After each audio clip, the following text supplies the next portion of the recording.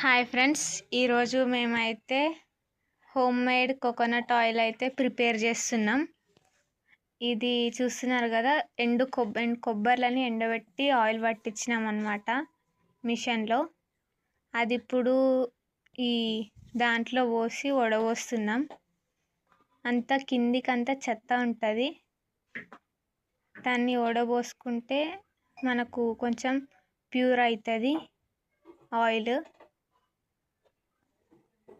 చూస్తున్నారు కదా, అంతా ట్రాన్స్పరెంట్ కలర్ ఉండదు, కొంచెం బ్లాక్ ఉంటుంది. ఇవైతే ఆకులు, మందార పువ్వు, కరివేపాకు, నిమ్మాకులు, మందారాకు. ఇవైతే ఇగుతుంది వామ. ఇది వామ కూడా వేసుకొని చేసుకుంటారు ఆయిల్. ఇవన్నీ ఆయిల్లో వేసుకోవాలి. చూస్తున్నారు కదా ఎట్లా వేస్తున్నానో. అందులో అన్నీ వేసుకోవాలి ఆయిల్లో, అవన్నీ వామతో పాటు అన్నీ. ఇట్లా చేసుకొని ఆయిల్ హెడ్కి పెట్టుకుంటే ఏమవుతుందంటే కొంచెం హెయిర్ హెల్తీగా ఉంటుంది, కలర్ వైట్ కాదు తొందరగా. ఈ మధ్య అందరికీ, చిన్నపిల్లలకు కూడా హెయిర్ వైట్ అవుతుంది అందరికీ, పెద్దవాళ్ళకే కాకుండా. మా ఇంట్లో కూడా కొంతమందికి పిల్లలకు అయ్యింది వైట్ హెయిర్. అందుకని ఇట్లా చేసుకొని పెట్టుకుంటున్నాం, ఏదన్నా బెనిఫిట్ ఉంటుందేమో అని.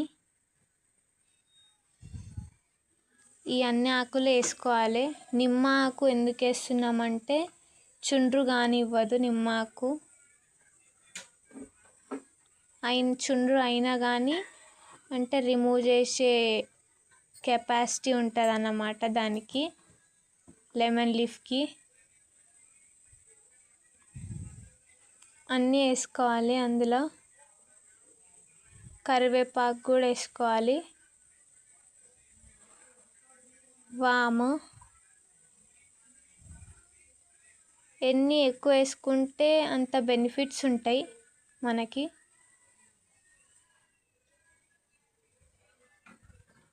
చూస్తున్నారు కదా, ఇప్పుడు అన్నీ వేసుకొని మరగబెట్టుకోవాలి ఆయిల్.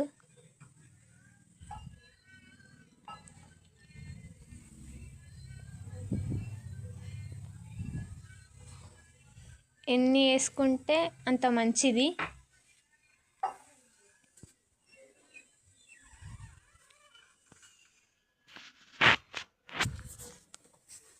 ఈ ఆయిల్ అనేది మనం ఇంట్లో కొబ్బర్లు ఉంటాయి కదా, వాటితో చేయిస్తాం మేము. ఎప్పుడైనా సరే ఇలానే చేసుకొని పెట్టుకుంటాం తలకి. చూస్తున్నారు కదా ఎట్లా మరిగిస్తున్నానో నేను. ఈ కలర్ అంతా చేంజ్ అవుతుంది, మందారాకు రెడ్ కలర్ నుండి వేరే కలర్కి చేంజ్ అయిపోయింది. ఇవన్నీ మరగబెట్టుకోవాలి కొద్దిసేపు. తర్వాత ఇది చల్లారనిచ్చినాక కూల్ అవ్వనివ్వాలి కొద్దిసేపు ఆయిల్ అనేది. ఇప్పుడు మళ్ళీ వడపోసుకోవాలి. చూస్తున్నారు కదా ఆయిల్ ఉంది.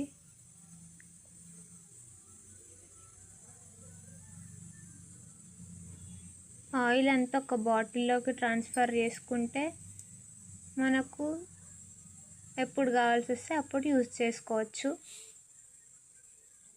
ఇగో చూస్తున్నారు కదా, అదంతా లీవ్స్ అవన్నీ అంతా